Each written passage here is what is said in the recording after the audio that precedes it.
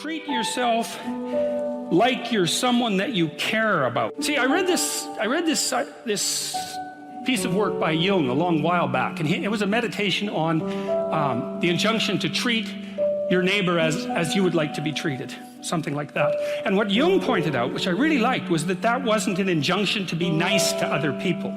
It was an invitation to reciprocity. It was something like this. It's like, you should figure out how you would like to be treated, like you were taking care of yourself, not how you would like people to respond to you. It's more important than that. It's like, imagine you had a child that you really cared for, and someone said, well, people will treat this child exactly like you want them to, but you have to figure out what that is. And so then you'd have to sit down for like a month and you'd think, okay, well, how do you want your child to be treated? You don't want everyone just to be nice to him, you know. You want people to challenge him, and you want people to discipline him, and you want people to tell him when he's wrong. It's like, you don't just want everyone to be nice. That's pathetic. It's pathetic. There's no challenge in that. And so, well, you want to treat other people like you would like to be treated. Well, then you have to figure out, how would you like to be treated? And well, you'd like people to fawn all over you and just lay everything at your feet. It's like, no, that's not something you'd wish for someone that you were taking care of. And then there's an additional problem, which is, it's often the case that people will treat other people better than they treat themselves. That happens extremely frequently. So one of the things I pointed out in chapter 2 was that if you have a dog and you take him to a vet, and the vet gives you the prescription medicine, you'll go buy the medicine and you will give it to the dog, and you will do it properly. But if you go yourself to a doctor and you get a prescription, there's a 30% chance you won't even pick up the medication. And if you do, there's a 50% chance that you won't administer it to yourself properly. And so I really thought about that. When I first came across that statistic, it was another one of those little facts. I thought, what's up with that? It's like, you'll do it for your dog, so obviously you'll do it for something you care about, and you're conscientious enough so you'll actually do it. So like, why wouldn't you do it for you? Your dog likes you, you know, even your dog would rather that you did, but you don't.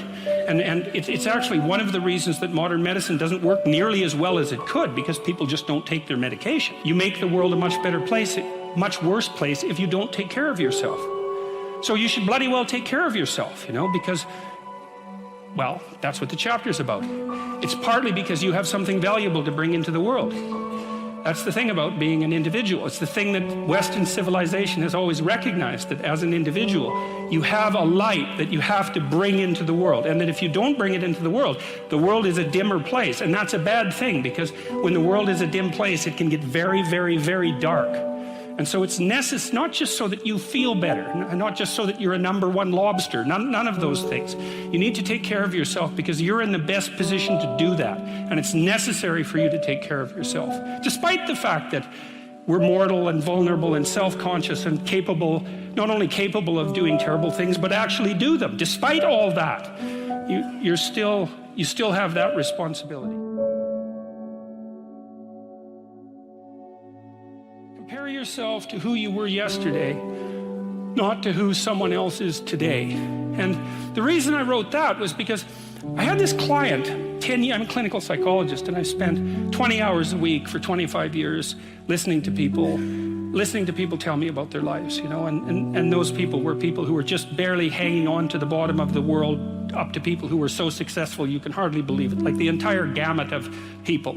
And that's been absolutely fascinating. It's like being a clinical psychologist, if you really listen, is like being immersed in a Dostoevsky novel all the time, you know, because it's amazing what people will tell you if you listen to them. People are so interesting if you actually listen to them, because they're so peculiar. Like, they're like penguins or rhinoceroses or ostriches. They're unlikely creatures. And anyways, with regards to comparing yourself to who you were yesterday and not to who someone else is today, this old client of mine, he was about 85 when he came to see me, and he was a financier and a kind of a mathematical genius. He made these little pendants out of a mathematical symbol for the most beautiful mathematical equation that was ever written. He made them out of gold, and he would hand those out. And he had studied psychology as a young man, and he introduced me to this concept that I didn't know about, called the Pareto distribution, which, see, I'd been taught as a psychologist that most human characteristics were normally distributed, right? So most people were average and some people were extreme. That's a Pareto or a normal distribution. Intelligence is like that, and height, there's more people of average height than very tall or very short, and weight is like that, and lots of things are normally distributed, and psychologists tend to assume that everything is, but it isn't. Creative products are distributed in a Pareto distribution, and that's a whole different thing, and it's really important to know this. It's another fundamental fact, the knowledge of which can sort of transform the way you conceptualize, let's say, the political landscape. So here's an example of the Pareto distribution. You know, there's a rule of thumb that if you run a company that 20% of your employees do 80% of the work, or that 20% of your customers are responsible for 80% of your sales, or that 20% of them are responsible for 80% of the customer service calls. Same thing, but that's not exactly the rule. The rule is worse than that. The rule is, in a given domain, the square root of the number of people operating in that domain do half the productive work. So you think, well, you have 10 employees, 3 of them do half the work. It's like, yeah, okay. What if you have 100 employees? Then 10 of them do half the work. What if you have 1,000 employees? Well, then it's 30. And if it's 10,000 employees, then it's 100. And this actually turns out to be a rather ironclad rule. It applies across very, very many situations. It applies, for example, to the mass of stars and the size of cities. So you can see how universal it is as a law, and it's something like those that have more get more, and those that have less get less. That's the Matthew principle, right? To those who have everything, more will be given. From those who have nothing, everything will be taken away. And the economists sometimes call that the Matthew principle. And so what that lays out is a world that's rife with inequality. So, you know, you hear this idea that I think it's the 85 richest people in the world have more money than the bottom 2 billion. That's a Pareto distribution phenomena. And you might say, to hell with capitalism for producing that. It's like, sorry, you got your diagnosis wrong. It's a natural law. It's no matter what society you study, you get a Pareto distribution of wealth. You get a Pareto distribution of number of records recorded. You get a Pareto distribution of number of songs written or goals scored. Like any creative product has that characteristic. And it's partly because as you start to become successful, let's say, people offer you more and more opportunities. And as you start to fail, people move away from you and you plummet. And so, okay, so that's rough. So what it means is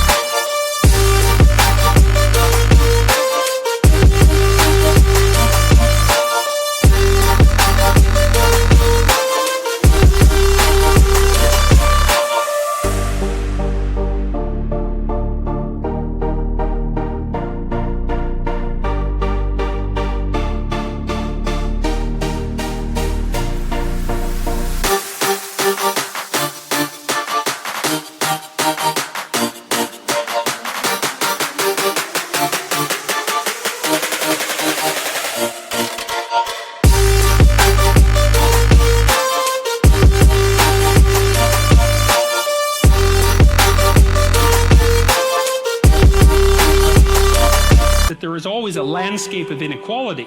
And I'm not saying that we shouldn't do anything about it, although I am saying that we don't know what to do about it. That's the thing, you know, because you can modify the Pareto distribution of wealth, let's say, but we don't know how to do it without maybe disrupting the system so completely that it collapses, which is what happened in the Soviet Union, for example, and in Maoist China. They were trying, at least in principle, to adjust inequality. But the cure was far worse than the disease. And the truth of the matter is we actually don't know technically how much inequality there has to be to generate wealth. We can guess, and you could say, well, there should be less, and you might say, well, there should be more. If you're left-wing, you'd say less, and if you're right-wing, you'd say, well, we'll just let the inequality flourish. But we do know that it's inevitable, and we also know that we don't know how to regulate it. So, there is inequality. What that means is there's always going to be people around that are better at something than you are. And that's a problem, because you can get jealous and you can get bitter and you can get resentful, and worse, you can get hopeless, you know, because you look like I have this this friend of mine. He told me something so funny. He was decrying his lack of success in the world, and he compared himself to his roommate. And he said, you know, his college roommate was doing much better than he was. And his bloody roommate was Elon Musk. It's like, really? Like, it's like, oh, you're not doing as well as Elon Musk. Well, I mean, you can see it would take it rather personally because they were roommates and everything. It wasn't like he was doing badly. Like, he was doing pretty damn well. It's like, I'm not as good as Elon Musk. It's like, yeah, well, you and like 7 billion other people, you know. But I thought it was instructive because you have to be careful who you compare yourself to. Now, you can't just not compare yourself to successful people, right? Because then you don't have anything to aim at. One of the fundamental theses of 12 Rules for Life and also of Maps of Meaning is that because life is essentially tragic in its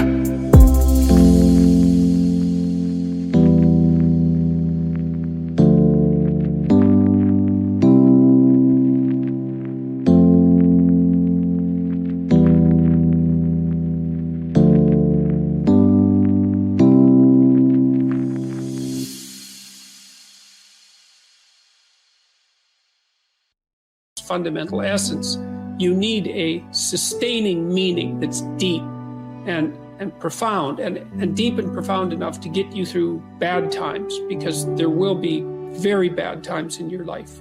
There'll be death, and there'll be illness, and there'll be disappointment of all sorts. And there'll be just the standard difficulties of life in the world to contend with. And you really must have something that's profound and powerful to set up against that. And I think that your voluntary adoption of the struggle to improve being is the proper antidote to that.